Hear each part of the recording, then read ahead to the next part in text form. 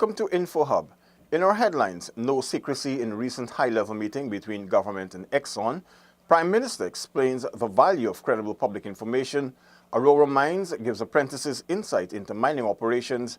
UG is offering a social work master's program and security sector reform action plan to improve the local prison system. Stay tuned for the details of these and more.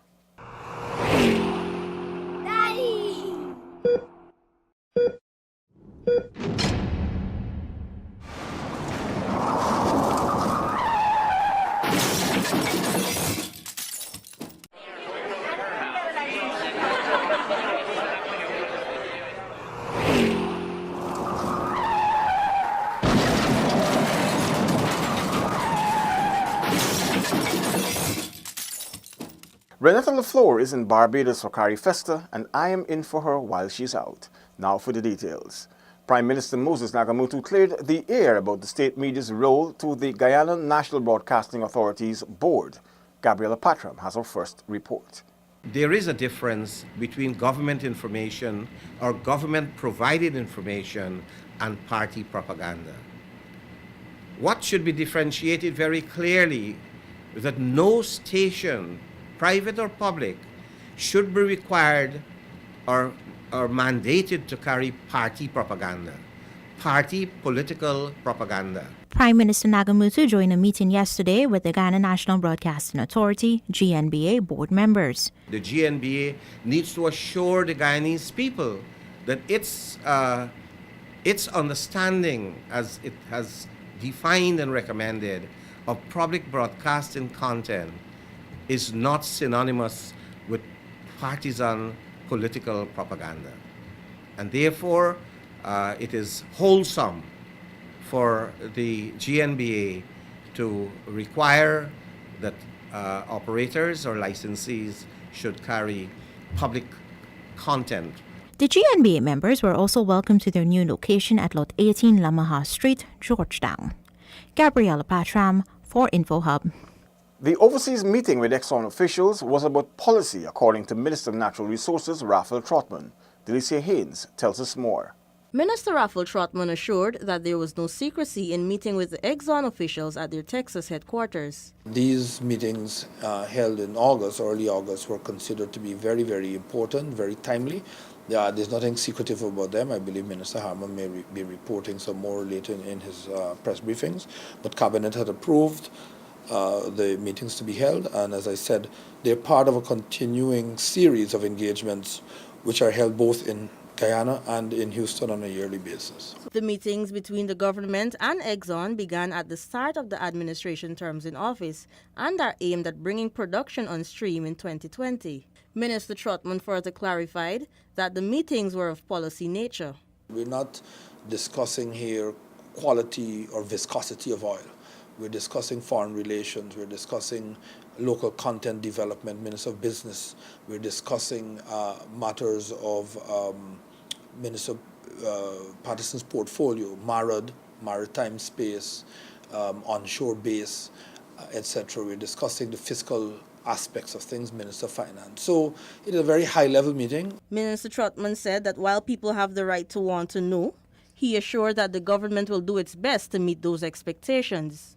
Also arising from the meeting is a discussion of utilizing natural gas for energy consumption. We did agree to have a workshop before the end of September to deal with natural gas. At that workshop, the experts, our GPL persons and so, will be engaged. So experts will be coming of a technical nature from Houston. Guyana holds a 50% share in the Stabroek block, which Exxon and its partners HESCOR and CNOOC Nexen have licensed to operate. For InfoHub, Delicia Haynes. The participants in the Natural Resources Apprenticeship program got an up-close look at the Aurora gold mining operations. Neil Williams was there and filed this report. After a briefing by Aurora Gold Mines staff, the 16 young men and women were given a tour of the mines and mill.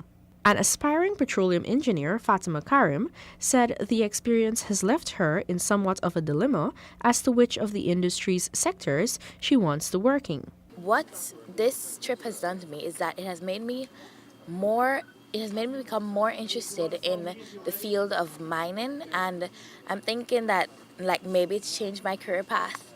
She wants to develop an environmentally safe mining technology. The visit also clarified her misconceptions of the mining industry. It's not a very environmentally dangerous project. They do their best to make sure that the environment is kept in the same manner. AGM is a sponsor of the Ministry of Natural Resources' inaugural apprenticeship program. We were very enthusiastic about participating in that program, primarily because one of our mandates from a CSR perspective is to make an onboarding of skills and interest in the industry. 16 young people from across Guyana are participating in the 3-week apprenticeship program. Zanil Williams for InfoHub. The University of Guyana now offers a master's program for social work graduates. Here is Zanil again with this report. The master's program is a collaboration between University of Guyana Faculty of Social Sciences, the Ministry of Social Protection, the United Nations Children's Fund, and York University. Launched last evening, this program will see an initial batch of 26 social work graduates furthering their studies to obtain their master's degree. Deputy Permanent Secretary of the Ministry of Social Protection, Mohan Ramratan, said the importance of social work cannot be underestimated. It is a thread weaved into the fabric of society that binds us all together, especially in the times of deviation from socially acceptable norms. It is a part of the template that molds right from wrong and protects our people through institutive, administrative, and other measures. By supporting such a program, the ministry is upholding its mandate to contribute to economic and social development by maintaining a stable industrial relations climate, formulating policies, and providing integrated employment, training, social and welfare services. In May, the Academic Board of UG approved the program's implementation. Head of the Sociology Department, Monica Miller, said that getting it organized was quite a journey. The response to the program was quite heartening. We were looking for 25 students and we had over 60-something applications in the system. 8 of the initial batch of 26 students will be sponsored by the ministry. Zanil Williams for InfoHub. Minister Hastings Williams is keen to prove herself as she prepares to take up her new position at the Ministry of the Presidency.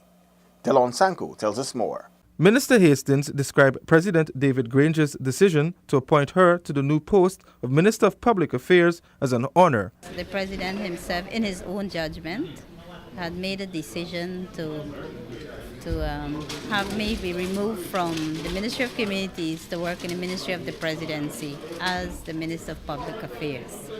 I agreed and I have accepted it as a challenge, and I'm quite sure that with his guidance and with the guidance of other ministers and with their help, that I'm going to do well.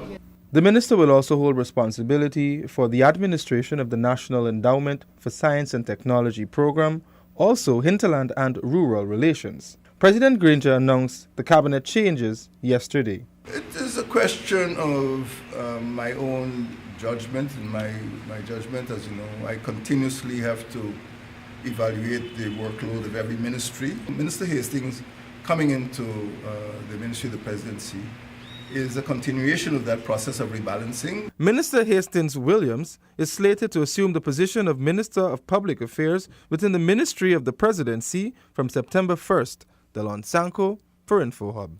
British High Commissioner to Guyana, Greg Quinn, says that more emphasis will be placed on Guyana's prison system through the Security Sector Reform Action Plan. Crystal Stoll has this report. The announcement was made at the High Commissioner's residence during a press conference. Commissioner Quinn stated that Advisor on Security Sector Reform, Russell Combe, has already submitted an interim report to the government. He went on leave, as you know, I think at the end of June. His plan to come back, when he came back, was actually to start work on the prison service. And that predated the events at Camp Street. So actually he had already intended to look into the prison service whenever he returned, and of course that is being given a certain amount of increased importance after the events at Camp Street. So yeah, he was always going to, and that is now forming part of what he is doing sort of in the next months. Some of the recommendations made in the report are not entirely new, and the Commissioner highlighted there has been some progress in the country's security sector. There maybe has been progress in some areas on things like strategic planning and whatever. I mean, don't forget the original plan that we had, if you go back to, 2006, 2007, bits of it have fundamentally been put in place subsequently anyway. If you look at like the creation of the Special Organised Crime Unit, that was something which became a standalone after the project was cancelled. So there have been some things which have actually been done. According to High Commissioner Quinn, the report's recommendations will benefit all of the joint services. Crystal Stahl for InfoHub. Contractors and suppliers attending the Caribbean Water and Wastewater Association's pre-conference briefing were urged to raise the levels of products and services offered. Gabriela Patram has more. CWWA Executive Director and Co-Conference Chair Patricia Aquin explained that the conference and exhibition will include table discussions and activities to enhance the local tourism sector. Some of these activities are cultural events and tours. The CWWA conference and exhibition will be held at the Guyana Marriott International Hotel between October 16 to 20th. It is expected to attract over 400 participants from the Caribbean, Latin America, North America, and Europe. It will focus on water resource, quality supply, management, and wastewater management. Minister Hastings Williams urged the contractors and suppliers to network with each other. She described the conference as crucial to water management. We recognize that you are very, very important in promoting and in executing the plans that we have for the water sector throughout Guyana.